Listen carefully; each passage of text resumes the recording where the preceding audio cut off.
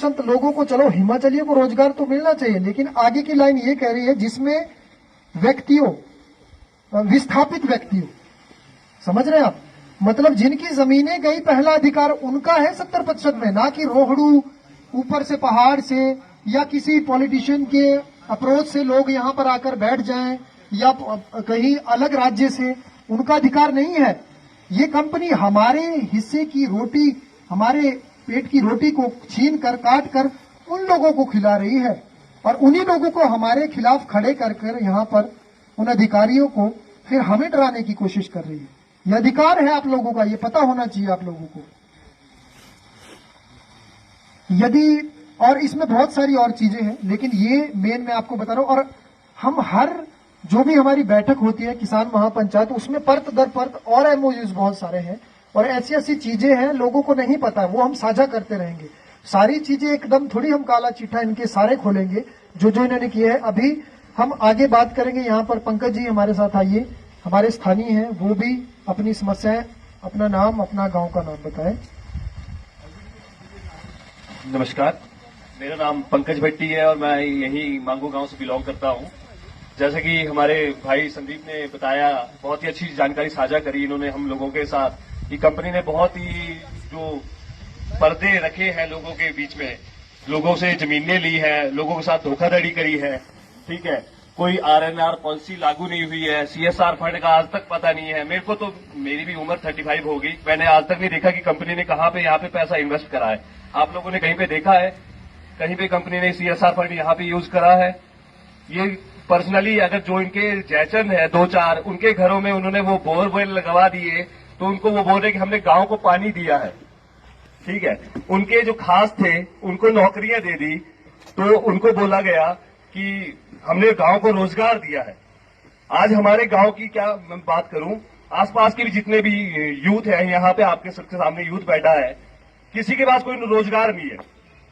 लोगों ने अपनी जमीनें दी है, अपना सब कुछ दिया है, अपना यहाँ पे घासनियां उनकी चली गई, ठीक है।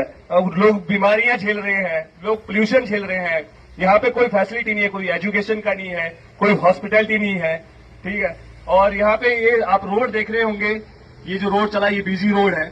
यहाँ से स्कूल भी बच्चे आते हैं, स्कूल बसेस जाती हैं, लोग ट्रैवल करते हैं और ऊपर 90 डिग्री के एंगल पे कंपनी जो ब्लास्टिंग कर रही है, ठीक है। नीचे लोग चल रहे हैं।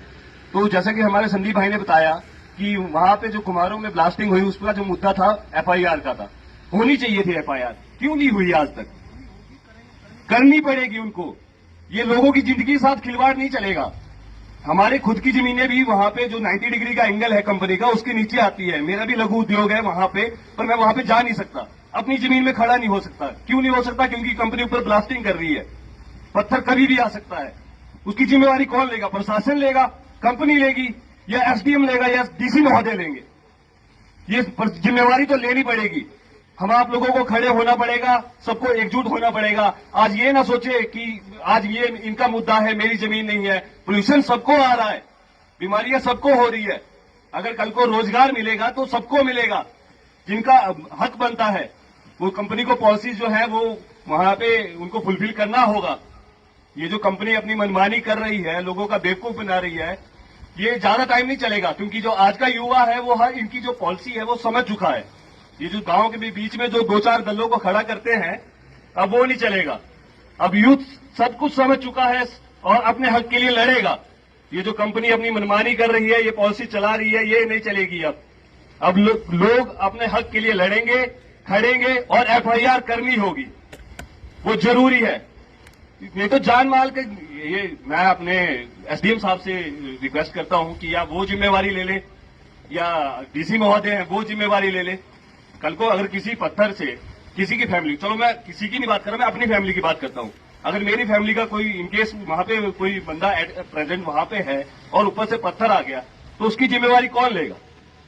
अभी चलो जान माल का नुकसान नहीं हुआ है, कल को होगा तो उसकी जिम्मेवारी कौन लेगा? तो ये एफआईआर तो होनी चाहिए और बहुत जरूरी है। क्योंकि कंपनी अपनी मोनोपोली कर रही है। रात को 10-10 बजे तक यहाँ पे कंपनी में अपने काम चला होता है, ब्लास्टिंग हो रही है रात को। ये कोई भी रूल है, बायलॉज है, किसी को भी फॉलो नहीं कर रही कंपनी। इसलिए मैं संदीप जी की जो मुहिम है मैं इनका समर्थन करता हूं। और ये जो धरना चला है बहुत ही बढ़िया मुहिम चलाई है भाई ने, संदीप भाई ने, और ये सबको लोगों को साथ देना चाहिए। ये जो आज मीडिया के माध्यम से भी देख रहे हैं, मैं उन लोगों से भी रिक्वेस्ट करता हूं कि भाई का भरपूर साथ दे। ये हम आप लोगों की इंडिविजुअल एक आधे बंदे की लड़ाई नहीं है, ये सारे सराउंडिंग एरिया जितने भी अफेक्टेड हैं, लैंड लूजर हैं, उन सब की है। ये हम अपने बच्चों के लिए हम ही आप लोगों को खड़े होना पड़ेगा, कोई दूसरा बंदा खड़ा नहीं होगा। यह